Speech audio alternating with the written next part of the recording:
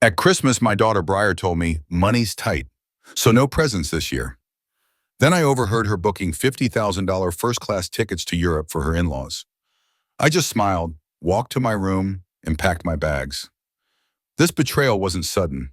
It was a slow burn, now a blazing fire. Like and share this story, and tell me where you are watching from. The scent of cinnamon and pine needles usually filled Alara's kitchen this time of year, a comforting hug that ushered in the festive spirit. But today, an icy chill seemed to permeate the air, settling deep in her bones despite the warmth radiating from the oven. She stood by the counter, a dish towel clutched in her hand, still damp from wiping down the granite. Her daughter Briar leaned against the doorframe, a picture of casual elegance, her thumb idly scrolling through her phone. "Mom," Briar began, her voice a little too breezy, a little too rehearsed.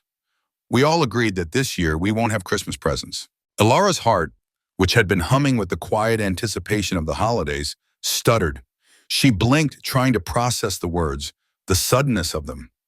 "No presents?" she asked, her voice a little fainter than she intended.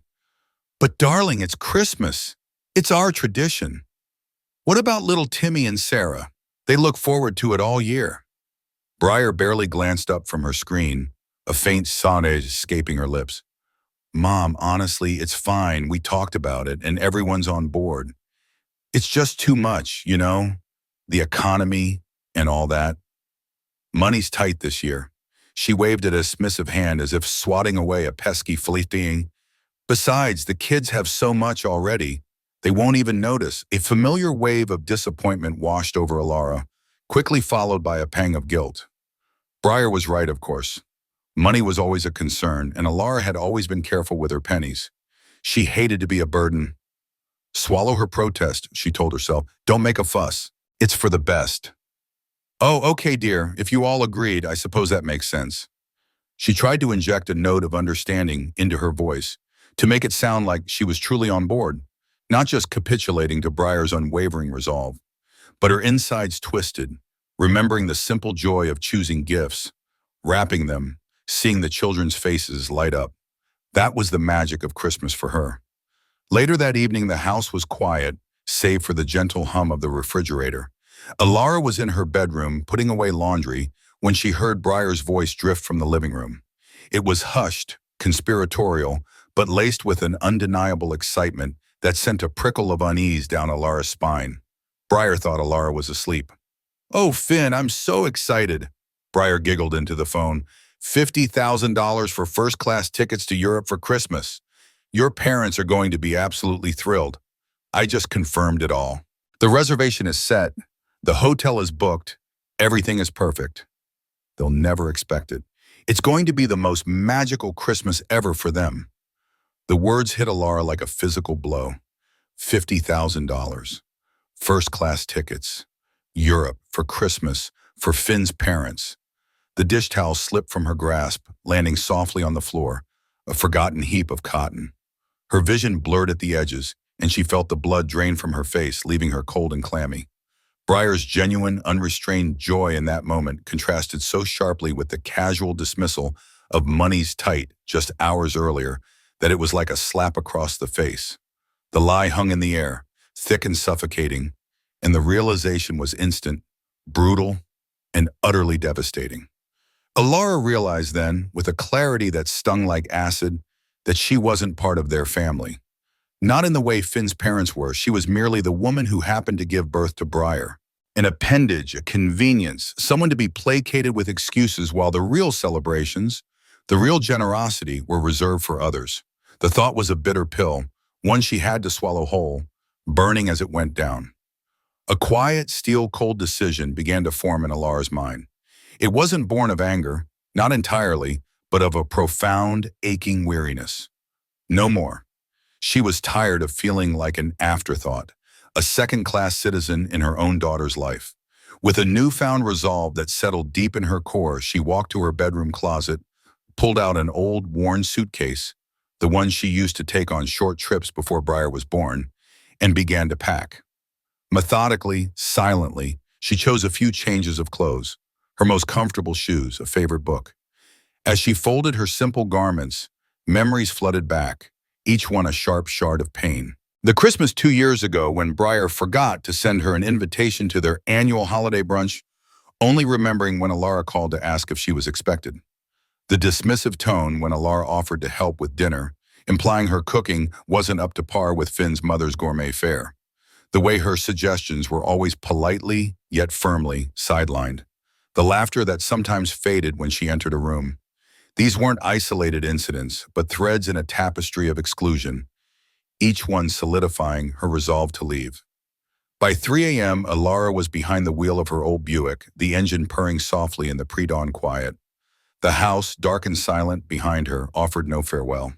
She looked at it in her rearview mirror, a knot forming in her stomach. How had her sweet, vivacious daughter, the girl who once made her handmade cards and sticky breakfast in bed, become someone capable of such a calculating lie, such blatant disrespect? The ache in her chest was a physical entity, a heavy stone pressing down. It wasn't one big, dramatic betrayal, she realized, her hands tightening on the steering wheel. It was a slow, insidious erosion, a trail of breadcrumbs leading to this moment of devastating clarity. Each small slight, each casual dismissal, each whispered untruth had built upon the last, culminating in the cruel irony of $50,000 for someone else's Christmas while she was told money's tight. The road ahead was dark, unknown. But as she pressed her foot on the accelerator, a small, fragile spark of something new ignited within her. Hope for a different path. The gray light of dawn was just beginning to paint the horizon as Alara drove, the familiar suburban street slowly giving way to the anonymity of the highway. Her mind, however, was miles away, traveling back 3 years, to a time when the first crack in her relationship with Briar had appeared. Subtle and almost imperceptible.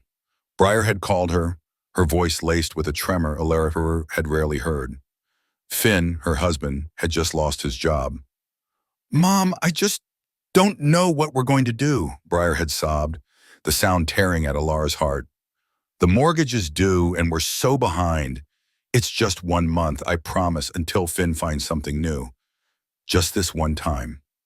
Alara, a single mother who had worked tirelessly to provide for Briar, remembered the feeling of helplessness, the gnawing anxiety of financial insecurity. How could she not help her own daughter, her precious granddaughter, Lily? She had scraped together the money, a significant sum from her modest savings, and sent it to Briar with a reassuring note. "Don't worry, darling, we'll get through this." But just 1 month had stretched into many. The one-time help had escalated, a slow, insidious creep. First it was the utilities, then the car payments. Daycare costs for Lily, then groceries when their budget was unexpectedly tight. Credit card minimums, because interest rates were just outrageous. Each request was delivered with a note of desperation, a hint of shame, and always, always a promise that it was temporary, that things would get better soon. Alara, blinded by a mother's love and an unwavering trust, had never truly questioned it. She should have kept track, she now realized with a crushing wave of regret, should have asked for details, should have held them accountable. But her trust in Briar was absolute, especially when it concerned Lily, her sweet granddaughter, whose well-being seemed inextricably linked to these continuous requests. Just last month, Briar had called, her voice tight with worry. "Mom, Lily needs new brakes on her car, and it's an emergency. I can't take her to school safely. It's going to be around $2,000. Alara hadn't hesitated. Then a week later, another call. "Lily's preschool, Mom. It's just not cutting it. She's not getting the individualized attention she needs. There's this amazing private school, but it's $1,500 a month. It's absolutely necessary for her development."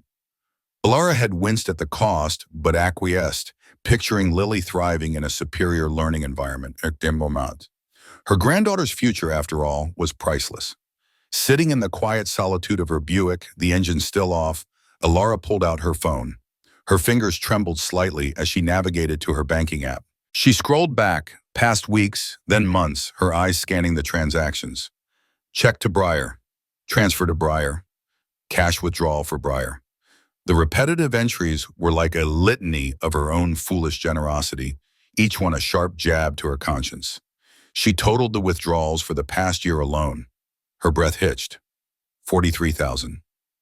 The number flashed on the screen, stark and unforgiving, a neon sign highlighting her naivete. $43,000. It was more than a year's worth of her hard-earned salary from her part-time job. It was her nest egg, her security, slowly siphoned away. But the real gut punch came as she scrolled further. Amidst the expected payments for bills and necessities, her eyes caught an entry that made her stomach churn.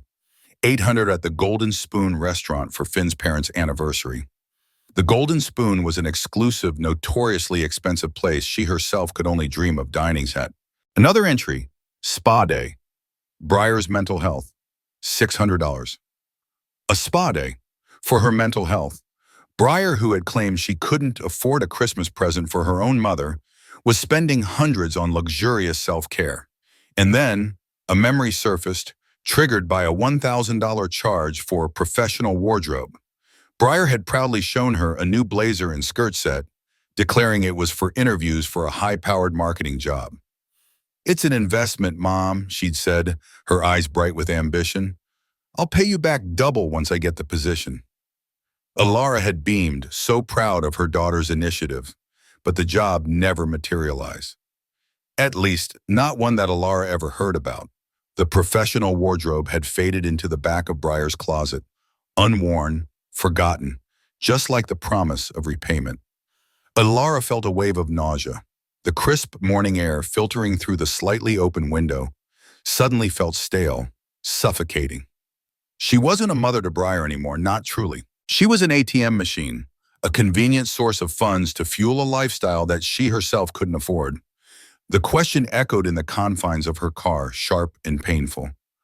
When had Briar stopped seeing me as a person? The answer, when it came, was a devastating blow, yet undeniably true. Briar had stopped seeing her as a person the moment she realized I would always say yes. The moment Alara's love, her desire to help, had become a bottomless well, exploited without a second thought. It was the moment Alara had allowed herself to be reduced to a resource, her emotions and sacrifices secondary to Briar's wants and needs. The realization brought with it a profound sense of loss, deeper than any financial betrayal. It was the loss of her daughter, or at least the daughter she thought she knew. The early morning sun was now a soft, bruised purple on the horizon, painting the sky with streaks of rose and gold. Alara drove, the highway stretching out before her like a ribbon of asphalt leading to an unknown future. As the initial shock of the financial betrayal began to recede, a more insidious realization crept in, like a persistent shadow. It wasn't just the money, it was the pattern, the subtle, steady erosion of her own autonomy, her own sense of self. She remembered the way Briar had dismissed her need for a new car just a year ago. Her old Buick, reliable as it had been, was showing its age with quirks and rattles that hinted at imminent breakdown. "Mom, you don't need a new car," Briar had said with that familiar, confident tone. "You barely drive anywhere, just to the grocery store and back. It's an unnecessary expense right now." Alara again had swallowed her protest. Briar was practical, she told herself. Briar was just looking out for her. Then there was Beatrice, her sister in Arizona. Alara missed her terribly. They used to talk on the phone every week, but lately the calls had become shorter, more infrequent. "Why don't you come visit me, Alara?" Beatrice had urged one day. "It would do you good to get away." Alara had tentatively brought it up to Briar, her voice almost a whisper. "I was thinking of maybe visiting Aunt Beatrice for a week." Briar had frowned, immediately launching into a litany of reasons why it was not practical. The cost of the flight, the disruption to Lily's routine, how much Lily would miss her. "Mom, think about Lily," Briar had said, playing the trump card she knew would always work. "She needs you here. Besides, the airfare is so expensive. And for what? Just to sit around and talk? You can do that on the phone." Alara had sighed, the idea of a much-needed escape fading into the background. Yet travel was suddenly important and necessary when Finn's mother, Eleanor, decided to visit. "Mom, Eleanor is coming next month," Briar had announced, her face alight with excitement. "She wants to stay for 2 weeks. It would be wonderful if you could help out with her tickets. You know how much she loves to fly first class, and she's coming all this way for Christmas." Alara had, of course, bought the tickets, quietly wondering how 2 weeks with Finn's mother was a necessity, while a week with her own sister was an indulgence. She remembered another small, seemingly insignificant instance. A local book club had started, meeting once a month discussing classic literature. Alara, who adored reading, had been thrilled at the prospect of intellectual engagement and new friendships. The membership fee was a modest $30 a month. "Mom, a book club?" Briar had scoffed, almost incredulous. "That's $30 a month you could be saving. You have so many books at home already. It's just too expensive right now." Alara had felt a familiar sting of shame, as if her desire for a simple pleasure was somehow frivolous, irresponsible. Meanwhile, Briar's own needs were non-negotiable necessities. Her $250 a month spa membership was for mental health. Her expensive organic groceries were essential for Lily's growing brain. Her new designer handbag, a smart investment. Every want, every desire, every need Alara expressed was questioned, minimized, or dismissed. Every whim of Briar's, on the other hand, was met with Alara's unwavering support and, more importantly, her money. Alara had taken her checkbook with her. She glanced at it now, lying on the passenger seat, a grim ledger of her declining financial health. Her retirement savings, carefully built over decades, were significantly depleted. Her emergency fund, once a source of comfort, was practically non-existent. Even the small amount she had put aside for a desperately needed kitchen renovation had been funneled, penny by penny, into Briar's increasingly extravagant lifestyle. The realization hit her with the force of a tidal wave. She hadn't just been generous. She had been systematically stripped of her financial independence, her future hijacked. The worst part, Alara realized, wasn't just the money, it was the insidious way she had been systematically isolated from her own life. Briar had over time become the gatekeeper of her relationships, her activities, her decisions. "Don't visit Beatrice. Lily will miss you. Don't join the book club. It's too expensive. Don't buy a new car. You don't drive anywhere." Each seemingly well-intentioned piece of advice was, in retrospect, a subtle yet effective barrier, slowly shrinking Alara's world, making her more dependent, more pliable. Briar had skillfully convinced her that this was normal, that this was love, the love of a daughter looking out for her aging mother. But love, Alara now knew with searing certainty, doesn't make you feel guilty for your own needs. Love doesn't diminish your desires, or control your relationships, or dictate your choices. Love empowers, it supports, it respects. What she had experienced was not love, but a carefully constructed cage, gilded with filial affection. As the full, vibrant light of dawn finally broke, painting the entire sky in hues of orange and gold, a new kind of resolve hardened within Alara. She looked out at the open road, a profound sense of freedom swelling in her chest. The person she had been, vibrant, independent, full of quiet dreams, had been buried under layers of obligation and manipulation. But she was still there, somewhere beneath the surface. "I was going to find Alara again," she whispered to the empty car, her voice firm, resolute, even if it meant leaving everything else behind. The sun was a fiery orb setting over the distant Arizona mountains as Alara finally pulled into Beatrice's driveway. 12 grueling hours on the road had blurred into a monotonous ribbon of highway, but the sight of her sister's familiar, welcoming porch light brought a wave of relief so profound it nearly buckled her knees.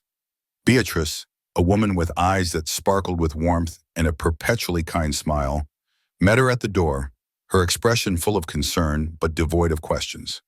There were no inquiries about why Alara was there or why she looked so utterly exhausted. Just a comforting embrace in the simple, heartfelt words, "Come in, darling. You look like you've been through a war." Inside, the scent of lavender and freshly brewed tea filled the air. Beatrice led Alara to the cozy kitchen table, a place where countless family stories had been shared over the years. She placed a steaming mug of Earl Grey in front of Alara, her hands warm and reassuring. Then she sat down, her gaze patient and unwavering, ready to listen. And so, Alara began to speak, her voice hoarse at first, then gaining strength as the dam of suppressed emotions finally broke. She recounted everything: the Christmas lie, the mounting request for money, the dismissive attitude toward her own needs. With each detail, Beatrice's face grew darker, her brow furrowing deeper. Her initial concerns slowly morphed into a quiet, simmering anger. When Alara finally finished, the silence in the kitchen was thick, punctuated only by the soft clinking of their mugs. Beatrice took a slow sip of her tea, her eyes fixed on Alara. "Alar," she began, her voice soft but firm. "How long has it been since you actually looked at your finances, truly looked at them yourself?" The question hit Alara with the force of a physical blow. She flinched, a wave of shame washing over her. I I don't know," she admitted, her voice barely a whisper. "Briar, she gradually took over, said she was just helping me as I got older. Made it seem like she was being so helpful, so attentive. Said she'd manage everything so I wouldn't have to worry." Alara remembered Briar's smooth assurances, her capable efficiency in handling online banking and bill payments. It had felt like a relief at the time, a thoughtful gesture from a loving daughter. Now it just felt like a trap. Beatrice nodded slowly, her lips pressed into a thin line. "All right, we need to see everything, Alara. Every single account, every transaction." She stood up, her movements purposeful, and retrieved her laptop from the living room. Placing it on the table, she opened a browser, ready for the painful task ahead. For the next 4 hours, the sisters sat hunched over the glowing screen, meticulously sifting through Alara's financial life. Every bank statement, every credit card bill, every investment account. Alara felt a growing sense of dread with each click, each new discovery. The 43,000 she had calculated in her car, the amount that had felt so staggering, was just the tip of the iceberg. The true total, the horrifying sum that had been systematically siphoned from her over 3 years, made her gasp aloud. 137,000, Beatrice announced, her voice tight with barely suppressed rage, as she finalized the calculation. $137,000. It was an astronomical figure, a sum that represented not just a significant portion of Alara's life savings, but her very future. This staggering amount included her carefully accumulated retirement savings, her emergency fund, and even the life insurance money from her late husband, a sacred trust she had guarded fiercely since his passing. That money, meant to secure her golden years and a legacy for Lily, had been brazenly plundered. As they delved deeper, more insidious discoveries emerged. There were credit cards, several of them that Briar had convinced Alara to add her name to. "Just for emergencies, Mom," Briar had cooed. "It'll make things easier if you ever need anything while I'm not around." Now those cards carried balances totaling a shocking $28,000, maxed out with expenditures Alara couldn't recognize, payments for things she had never seen, never approved, designer clothes, expensive gadgets, luxurious getaways that bore no resemblance to Alara's modest lifestyle. Then a particularly painful entry caught Beatrice's eye. A certificate of deposit, established years ago by Alara's husband, specifically earmarked for her 75th birthday, a sum intended for a trip of a lifetime or a significant treat. "This CD, Alara," Beatrice said, her voice strained. "It was cashed out 18 months ago for urgent home repairs. Do you remember any urgent home repairs?" Alara stared at the screen, her mind blank. Urgent home repairs? She couldn't recall anything of the sort. No burst pipes, no crumbling foundation, no emergency roof replacements. Her house was old, yes, but well-maintained, and any minor issues she had always handled herself or with a trusted local handyman. The money meant for a celebration of her life had vanished, swallowed by Briar's insatiable greed. A cold, hard knot formed in Alara's stomach. The betrayal was deeper, more calculated, more complete than she had ever imagined. It wasn't just a daughter taking advantage of a mother's kindness. It was a systematic dismantling of her financial security, her dignity, her very future. The weight of the deception pressed down on her, leaving her feeling hollowed out, utterly devastated. If you're finding Alara's story as heartbreaking and infuriating as I am, please do me a favor. Take a moment to hit that like button, share this video with someone who needs to hear it, and subscribe to make sure you don't miss a single part of what happens next. Your support means the world, and it helps these stories reach more people who might be going through something similar. Now let's continue Ilara's journey of discovery. The numbers on the screen blurred, a chaotic dance of digits and dates, each one a fresh stab to Ilara's already wounded heart. Beatrice's finger, steady and accusatory, traced the screen. "Look here, Ilara," she said, her voice strained, a tight leash on her anger.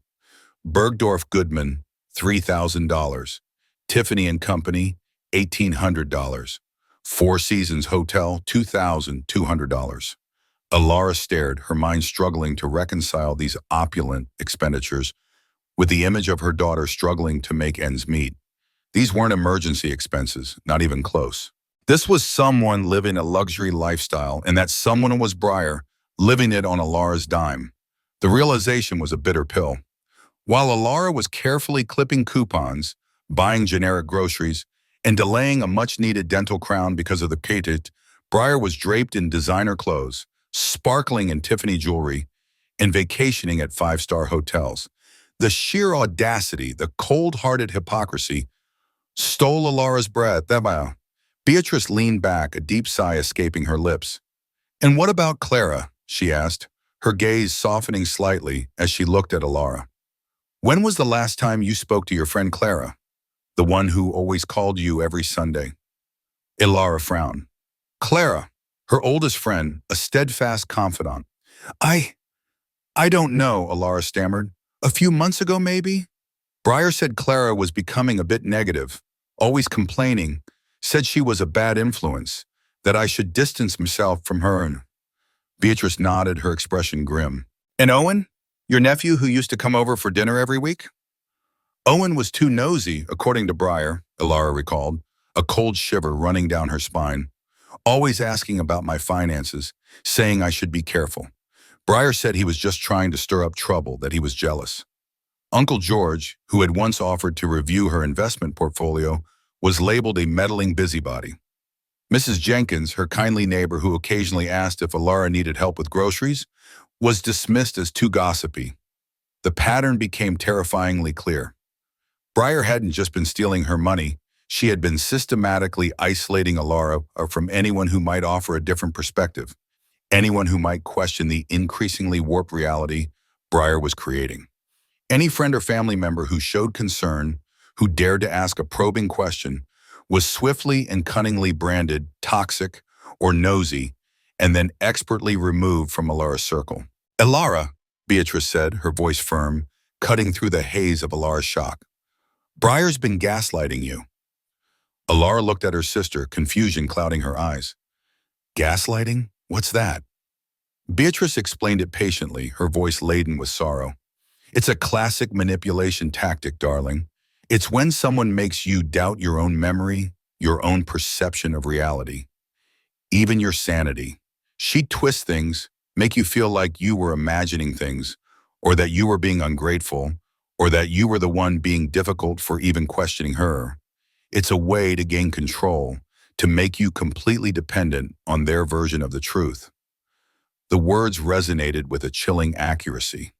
Ilara remembered countless instances when she had felt a flicker of doubt, a tiny voice in her head urging her to question Briar's narrative. But each time, Briar had expertly countered, often with a fresh crisis that demanded Ilara's immediate attention and inevitably her money. Lily needing expensive tests for a mysterious ailment that never quite materialized. Finn losing his job again, just as Ilara considered setting a boundary. The carefully orchestrated dramas had always diverted Ilara's attention, making her feel guilty for even thinking of her own needs. And woven through it all, an ever-present, unspoken, yet undeniably potent threat: access to Lily. "Good grandmothers support their families, Mom," Briar would say, her tone deceptively sweet, "especially when they're struggling." The implication was clear. Selfish grandmothers who don't support their families don't get to see their granddaughters. Ilara's love for Lily, her purest joy, had been weaponized, used as the ultimate leverage. Beatrice then navigated to another financial app, Venmo. Her finger pointed to a series of transactions.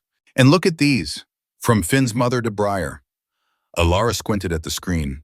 The descriptions next to the transfers sent another jolt through her.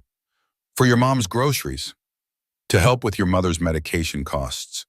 Finn's mother, Eleanor, was sending money to Briar, believing it was for Alara's benefit. Briar was not only stealing from Alara, but from her in-laws as well, under the guise of caring for her own mother.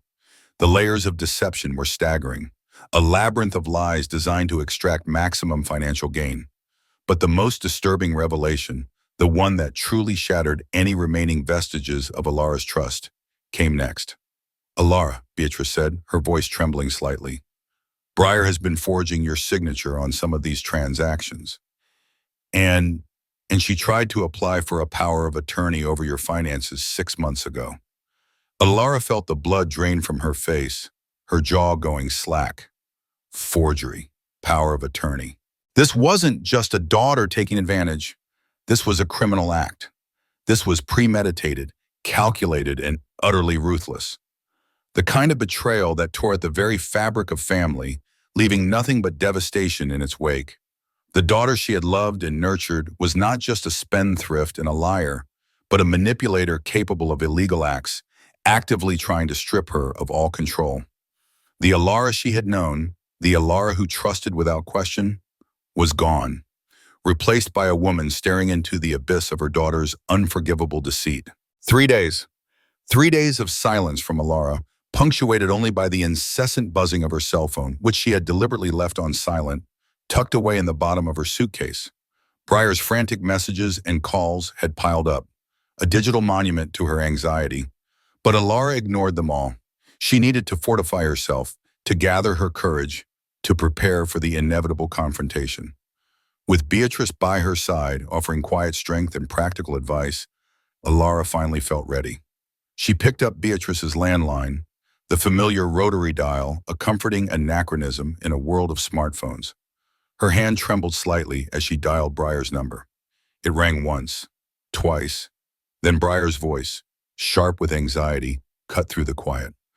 "Mom, is that you? Where are you? I've been worried sick. I called the police. I thought something terrible had happened." Briar's voice was a practiced blend of concern and accusation, a textbook guilt trip designed to immediately put Alara on the defensive. Alara took a deep breath, steeling herself. "I'm fine, Briar. I'm with Beatrice." A pause, a beat of surprise on the other end. Then Briar's voice shifted, a subtle but distinct hardening. "Beatrice, what are you doing in Arizona?" "Mom, there are some financial issues that really need your attention. We have some bills due and Finn's credit card got maxed out again. I need you to transfer some money immediately." The immediate pivot to money, to her financial problems, spoke volumes about Briar's true priorities. "Briar," Alara stated, her voice surprisingly steady, "I've been looking at my bank statements, Briar, all of them, and my credit card statements, and my investment accounts." She paused, letting the words sink in. "I think we need to have an honest conversation." Briar's response was instantaneous, a desperate scramble to regain control. "Mom, this isn't a good time. Finn's still looking for a while, and Lily needs new school supplies. You know how important her education is. We can talk about whatever you're upset about later, but right now we have immediate needs." "Briar, stop!" Alara cut her off, the two words delivered with an unexpected force that silenced her daughter for a split second. "I know about the $50,000 vacation to Europe for Finn's parents. I know about the shopping sprees at Bergdorf Goodman and Tiffany. I know about the luxury hotels and the jewelry. And I know about your attempt to get a power of attorney over my finances." The line went silent, a heavy, suffocating silence. Then when Briar finally spoke, her voice had shed its anxious, pleading tone, replaced by something cold, sharp, and utterly devoid of warmth. "Mom, I don't know what you're talking about. You're confused. You're almost 70, Mom. Sometimes older people get mixed up. They forget things. You've always been a bit forgetful." The gaslighting was immediate, an icy wave washing over Alara. This was it, the classic manipulation Beatrice had warned her about, the attempt to make her doubt her own mind, her own perceptions. But this time, Alara was ready. "I'm not confused, Briar," Alara countered, her voice unwavering, a rock against Briar's tide of deceit. "And I'm not forgetful. I have documentation of every single transaction, every transfer, every credit card charge, every forged signature. I have it all, Briar. Briar paused again, a frustrated hiss audible on the line. Then she retaliated, twisting reality with breathtaking audacity. Mom, I've been taking care of you. I've been protecting you from making financial mistakes. You're so naive sometimes. I was just trying to help you. Do you remember that time you almost sent all your money to that phone scammer who called about the lottery winnings? Alara froze. The lottery scammer. That had been years ago, a brief, innocent moment of confusion where she had almost fallen for a phishing attempt. Briar had intervened, yes, but Alara had quickly realized her mistake herself. Now Briar was resurrecting it, twisting it into a narrative of Alara's incompetence, using it to bolster her claim that Alara was incapable of managing her own affairs. It was a calculated, cruel blow, designed to undermine Alara's confidence and make her question her own sanity. But Alara gripped the phone tighter, her resolve hardening. She would not let Briar win this game, not anymore. The phone in Alara's hand felt like a block of ice, heavy and cold. Briar's voice, full of feigned concern and blatant accusation, still echoed in her ears. Alara realized, with a sickening lurch in her stomach, that there would be no apology, no remorse. Briar wasn't going to admit wrongdoing. She was doubling down, intent on painting Alara as mentally unwell, as an incompetent old woman incapable of managing her own life. The phone scammer story was a chilling testament to her calculated cruelty. Without another word, Alara slammed the receiver back into its cradle. She stood there, rooted to the spot, shaking with a potent cocktail of rage, heartbreak, and a searing sense of betrayal. Just then, Beatrice entered the kitchen, a worried frown on her face. She had been listening from the next room, a silent witness to the verbal assault. She tried to claim that stealing your money was actually helping you. Didn't she? Beatrice asked, her voice tight with anger. Alara could only nod, tears finally stinging her eyes, blurring her vision. The truth, in all its ugliness, was undeniable. Briar wasn't just selfish, she was a predator, meticulously crafting a narrative of Alara's decline to justify her theft. It became clear to both sisters that Briar was prepared to fight, not with apologies, but by attacking Alara's competence, her memory, and ultimately her right to control her own finances. That night, lying in the unfamiliar bed in Beatrice's guest room, sleep remained elusive. Alara stared at the ceiling, the shadows playing tricks on her eyes. The daughter she had loved, the sweet girl she had raised, was truly gone. In her place was a stranger, a calculating manipulator. The realization was devastating, a profound grief that settled deep in her soul. But amidst the sorrow, a new emotion began to simmer, cold and hard: determination. Briar thought she was a doddering old woman? Fine. Alara would show her exactly how sharp and competent the woman she'd been robbing really was. The next morning, the air in Beatrice's kitchen crackled with a newfound purpose. There was no more weeping, no more self-pity. This was the beginning of Alara's counterattack. It started, as Beatrice had advised, with securing her finances, erecting an impenetrable fortress around what little remained. With Beatrice's laptop open and a notepad filled with account numbers, Alara began making calls. The first was to her primary bank. "I need to remove an authorized user from all my accounts immediately," she stated, her voice firm, leaving no room for argument. The customer service representative, after verifying her identity, calmly processed the request. Next, her credit card companies. "Cancel all cards associated with this account and issue new ones in my name only." The process was slow, painstaking, requiring multiple security questions and long waits on hold, but Alara persevered. She closed out shared accounts, transferred funds, and put in requests to freeze any lingering access points. Within 2 grueling hours, a significant portion of the damage had been contained. Every card Briar carried in her wallet was now useless.